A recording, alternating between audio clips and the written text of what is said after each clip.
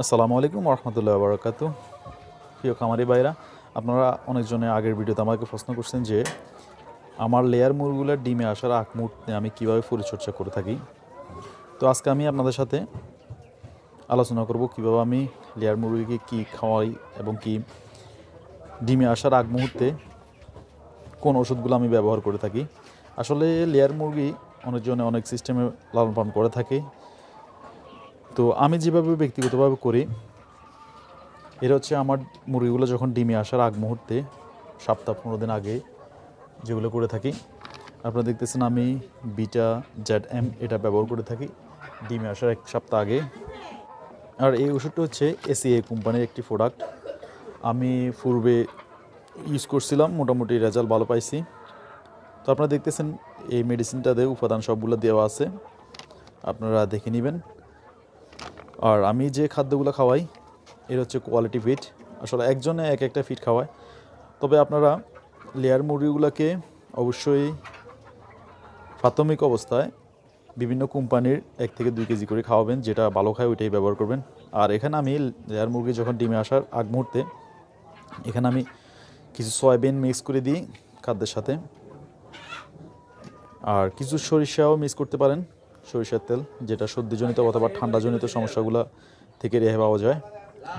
আর এখানে আমি মেডিসিনের পাশাপাশি তেলটা ইউজ করে থাকি এখানে রেজাল্টটা দ্রুত আসার জন্য। তো আমি খেয়াল করছিলাম যখন সরিষা অথবা সয়াবিন মিক্স করা খাদ্যগুলো দিয়ে থাকি তখন খুব দ্রুত খায় এরা। আর মেডিসিনটা আপনারা অবশ্যই সীমিত পরিসরে ইউজ করবেন। এখানে আমি মেডিসিন ইউজ করার সাথে সাথে আমি প্রত্যেক দিন মেডিসিন এবং তেল ইউজ করে থাকি। যে খাদ্যগুলো যেই দিন দিব ওই খাদ্যগুলোর সাথে মেডিসিন এবং তেলটা মিক্স করে থাকি। তো এইভাবে আপনারা ভালোভাবে মিক্স করবেন যাতে পুরো খাদ্যের সাথে মেডিসিনটা মিক্স হয়। আর একটা জিনিস খেয়াল রাখবেন, এখানে মেডিসিনটা খুব স্বল্প পরিসরে দিবেন, আস্তে আস্তে বাড়াবেন, হুট করে মেডিসিনটা বেশি দেওয়ার দরকার নেই।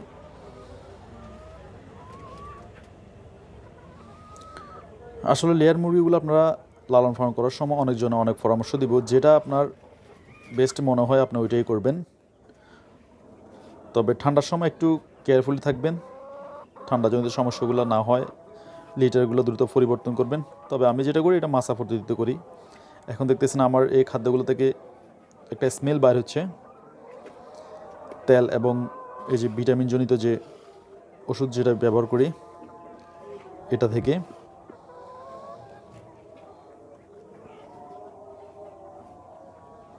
তো এভাবে আপনারা মুরগিগুলো ডিমে আসার আগ মুহূর্তে খাদ্যগুলো এভাবে সিস্টেম করে খাওয়াতে পারেন, এতে রেজাল্ট ইনশাল্লাহ ভালো আসবে। তো সবাই ভালো থাকবেন, পরবর্তী ভিডিওর জন্য চ্যানেলটি সাবস্ক্রাইব করে দেখবেন। আসসালামু আলাইকুম রহমতুল্লাহি ওয়া বারাকাতুহু।